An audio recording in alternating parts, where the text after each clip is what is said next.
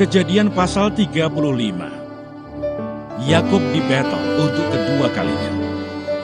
Allah berfirman kepada Yakub, "Bersiaplah, pergilah ke Betel, tinggallah di situ, dan buatlah di situ mezbah bagi Allah, yang telah menampakkan diri kepadamu ketika engkau lari dari Esau kakakmu." Lalu berkatalah Yakub kepada seisi rumahnya dan kepada semua orang yang bersama-sama dengan dia, "Jauhkanlah dewa-dewa asing yang ada di tengah-tengah kamu. Tahirkanlah dirimu dan tukarlah pakaianmu. Marilah kita bersiap dan pergi ke Betel. Aku akan membuat mezbah di situ bagi Allah, yang telah menjawab aku pada masa kesesakanku dan yang telah menyertai aku di jalan yang kutempuh." Mereka menyerahkan kepada Yakub segala dewa asing yang dipunyai mereka dan anting-anting yang ada pada telinga mereka. Lalu Yakub menanamnya di bawah pohon besar yang dekat Sikem. Sesudah itu berangkatlah mereka, dan kedahsyatan yang dari Allah meliputi kota-kota sekeliling mereka, sehingga anak-anak Yakub tidak dikejar. Lalu sampailah Yakub ke Luz yang di tanah Kanaan, yaitu Betel. Ia dan semua orang yang bersama-sama dengan dia. Didirikannya mezbah di situ, dan dinamainyalah tempat itu El Betel, karena Allah telah menyatakan diri kepadanya di situ ketika ia lari terhadap kakaknya. Ketika Deborah, inang pengasuh Ribka, mati, dikuburkanlah ia di sebelah hilir Betel di bawah pohon besar yang dinamai orang pohon besar penangisan. Setelah Yakub datang dari Padan Aram, maka Allah menampakkan diri pula kepadanya dan memberkati dia. Firman Allah kepadanya, "Namamu Yakub. Dari sekarang namamu bukan lagi Yakub, melainkan Israel. Itulah yang akan menjadi namamu." Maka Allah menamai dia Israel. Lagi firman Allah kepadanya, "Akulah Allah yang Maha Kuasa. Beranak cuculah dan bertambah banyak. Satu bangsa, bahkan sekumpulan bangsa-bangsa akan terjadi daripadamu, dan raja-raja akan berasal daripadamu. Dan negeri ini yang telah kuberikan kepada Abraham dan kepada Ishak, akan kuberikan kepadamu dan juga kepada keturunanmu." Lalu naiklah Allah meninggalkan Yakub dari tempat ia berfirman kepadanya. Kemudian Yakub mendirikan tugu di tempat itu, yakni tugu batu. Ia mempersembahkan korban curahan dan menuangkan minyak di atasnya. Yakub menamai tempat di mana Allah telah berfirman kepadanya Betel. Kelahiran Benyamin, Rahel mati. Sesudah itu berangkatlah mereka dari Betel. Ketika mereka tidak berapa jauh lagi dari Efrata, bersalinlah Rahel, dan bersalinnya itu sangat sukar. Sedang ia sangat sukar bersalin, berkatalah bidan kepadanya, "Janganlah takut, sekali ini pun anak laki-laki yang kau dapat." Dan ketika ia hendak mengembuskan nafas sebab ia mati kemudian, diberikannya nama Ben-Oni kepada anak itu. Tetapi ayahnya menamainya Benyamin.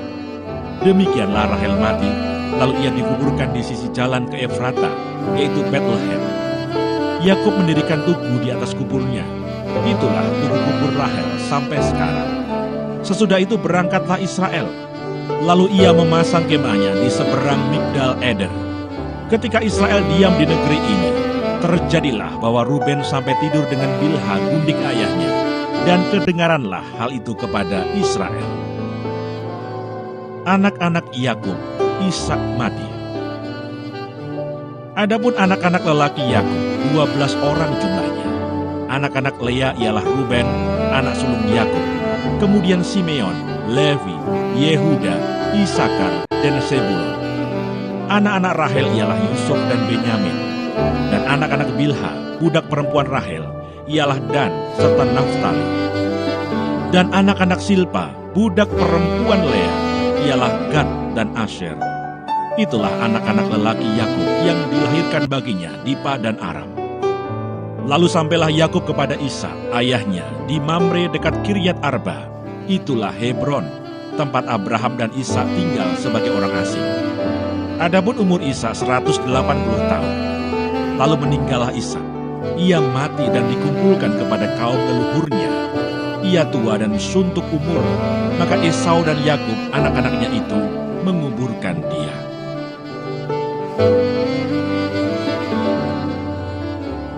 Kejadian pasal 36. Keturunan Esau.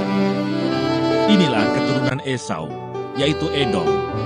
Esau mengambil perempuan-perempuan Kanaan menjadi istrinya, yakni Ada, anak Elon orang Het, dan Oholibama, anak Sibeon orang Hewi, dan Basmat, anak Ismael, adik Nebai. Ada melahirkan Elifas bagi Esau, dan Basmat melahirkan Rehuel, dan Oholibama melahirkan Yeus, Yaelam, dan Korah. Itulah anak-anak Esau yang lahir baginya di tanah Kanaan.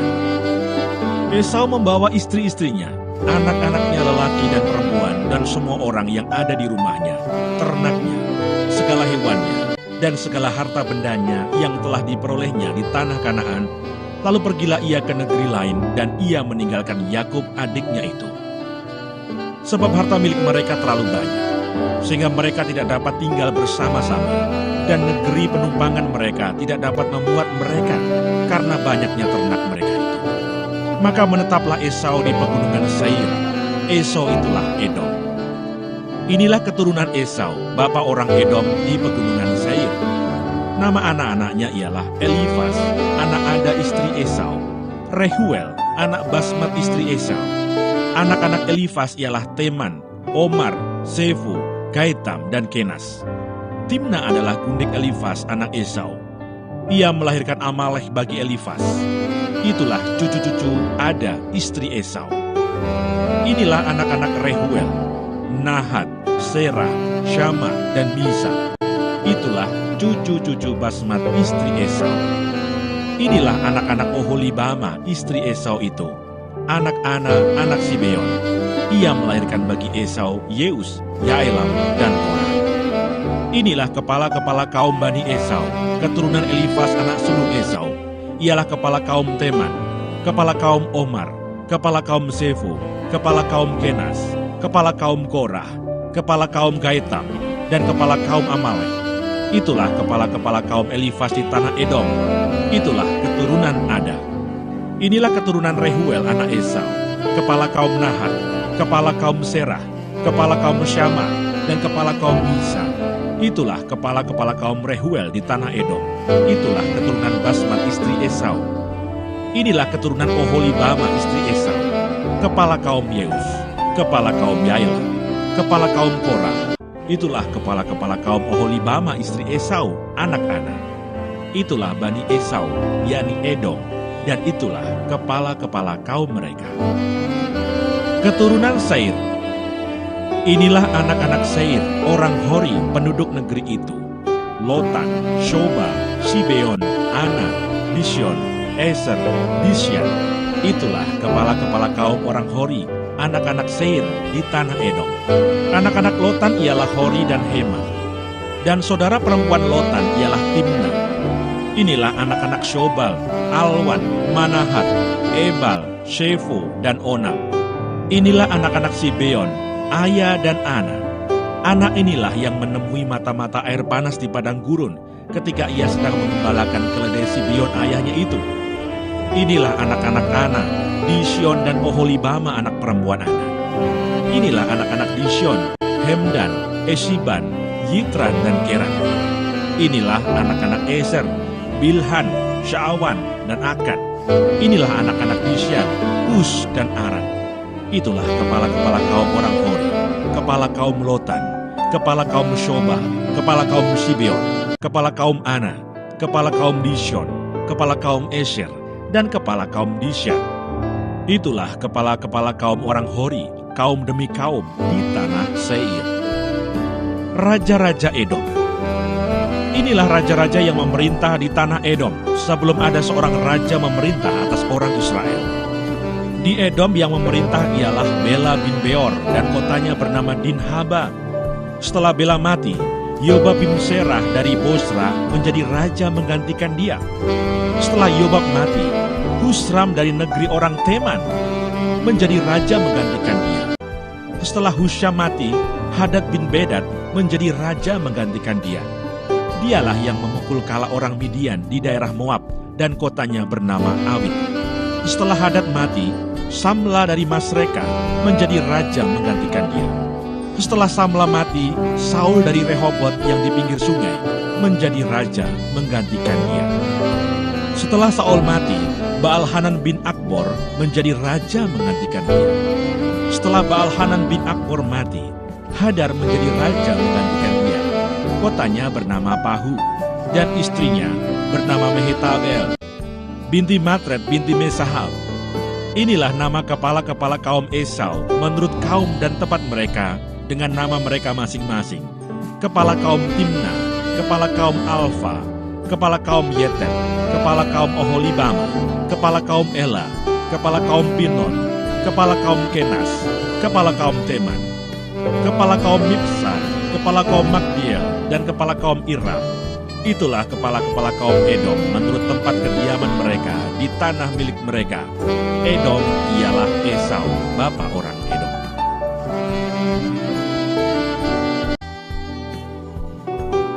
Kejadian pasal 37. Yusuf dan saudara-saudaranya. Adapun Yakub, ia diam di negeri penumpangan ayahnya, yakni di tanah Kanaan. Inilah riwayat keturunan Yakub. Yusuf tatkala berumur 17 tahun, jadi masih muda, biasa mengembalakan kambing domba bersama-sama dengan saudara-saudaranya, anak-anak Bilha dan Silpa, kedua istri ayahnya.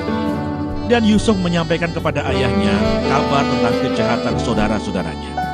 Israel lebih mengasihi Yusuf dari semua anaknya yang lain, sebab Yusuf itulah anaknya yang lahir pada masa tuanya. Dan ia menyuruh membuat jubah yang maha indah bagi dia.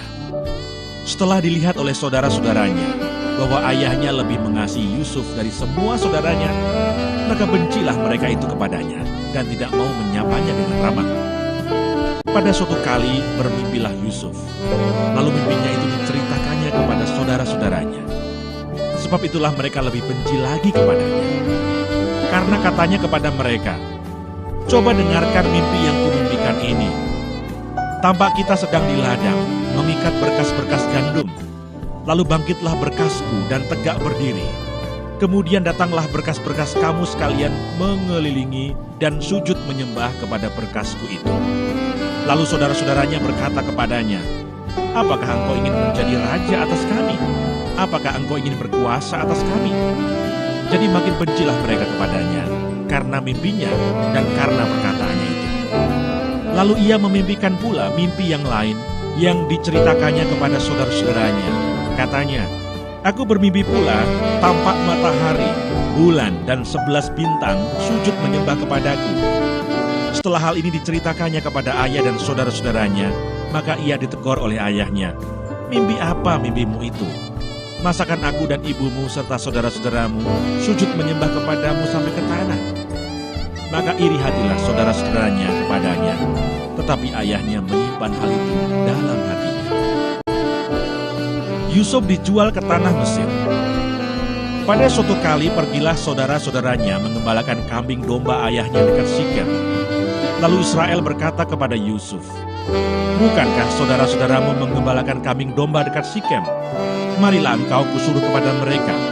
Saud Yusuf, "Ya Bapa," kata Israel kepadanya, "pergilah engkau melihat apakah baik keadaan saudara-saudaramu dan keadaan kambing domba, dan bawalah kabar tentang itu kepadaku."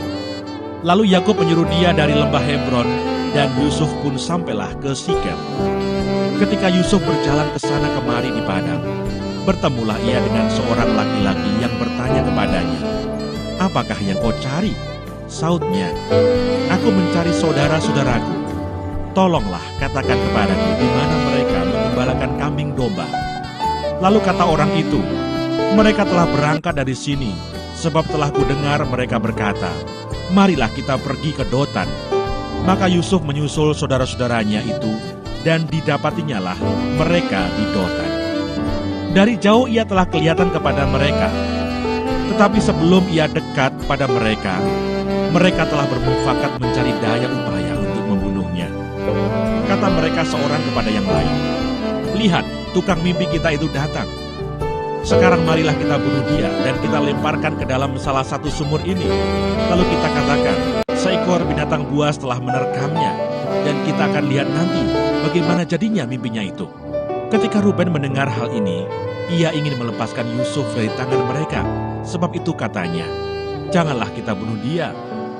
Lagi kata Ruben kepada mereka, janganlah tumpahkan darah. Lemparkanlah dia ke dalam sumur yang ada di padang gurun ini, tetapi janganlah apa-apakan dia.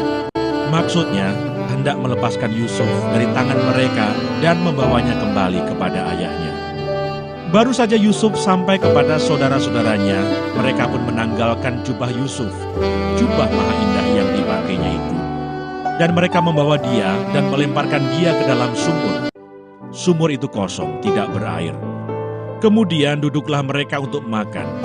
Ketika mereka mengangkat muka, kelihatanlah kepada mereka suatu kafilah orang Ismail datang dari Gilead dengan untanya yang membawa damar, balsam, dan damar lada. Dalam perjalanannya mengangkut barang-barang itu ke Mesir. Lalu kata Yehuda kepada saudara-saudaranya itu, apakah untungnya kalau kita membunuh adik kita itu dan menyembunyikan darahnya? Marilah kita jual dia kepada orang Ismail ini. Tetapi janganlah kita apa-apakan dia, karena ia saudara kita, darah daging kita. Dan saudara-saudaranya mendengarkan perkataan itu. Ketika ada saudagar-saudagar Midian lewat, Yusuf diangkatnya ke atas dari dalam sumur itu, kemudian dijual kepada orang Ismail itu dengan harga 20 shikal perak. Lalu Yusuf dibawa mereka ke Mesir. Ketika Ruben kembali ke sumur itu, ternyata Yusuf tidak ada lagi di dalamnya. Lalu dikoyakkannya lah bajunya, dan kembalilah ia ke saudara-saudaranya, katanya, anak itu tidak ada lagi, kemanakah aku ini? Kemudian mereka mengambil jubah Yusuf dan menyembelih seekor kambing, lalu mencelupkan jubah itu ke dalam darahnya. Jubah maha indah itu mereka suruh antarkan kepada ayah mereka dengan pesan, ini kami dapati. Silakanlah Bapak periksa apakah jubah ini milik anak Bapak atau tidak. Ketika Yakub memeriksa jubah itu, ia berkata, ini jubah anakku, binatang buas telah memakannya. Tentulah Yusuf telah diterkam. Dan Yakub mengoyakkan jubahnya, lalu mengenakan kain kabung pada pinggangnya, dan berkabunglah ia berhari-hari lamanya karena anaknya itu. Sekalian anaknya laki-laki dan perempuan berusaha menghiburkan dia, tetapi ia menolak dihiburkan, serta katanya, tidak, aku akan berkabung sampai aku turun mendapatkan anakku ke dalam dunia orang mati. Demikianlah Yusuf ditangisi oleh ayahnya. Adapun Yusuf, ia dijual oleh orang Midian itu ke Mesir, kepada Potifar, seorang pegawai istana Firaun, kepala pengawal raja.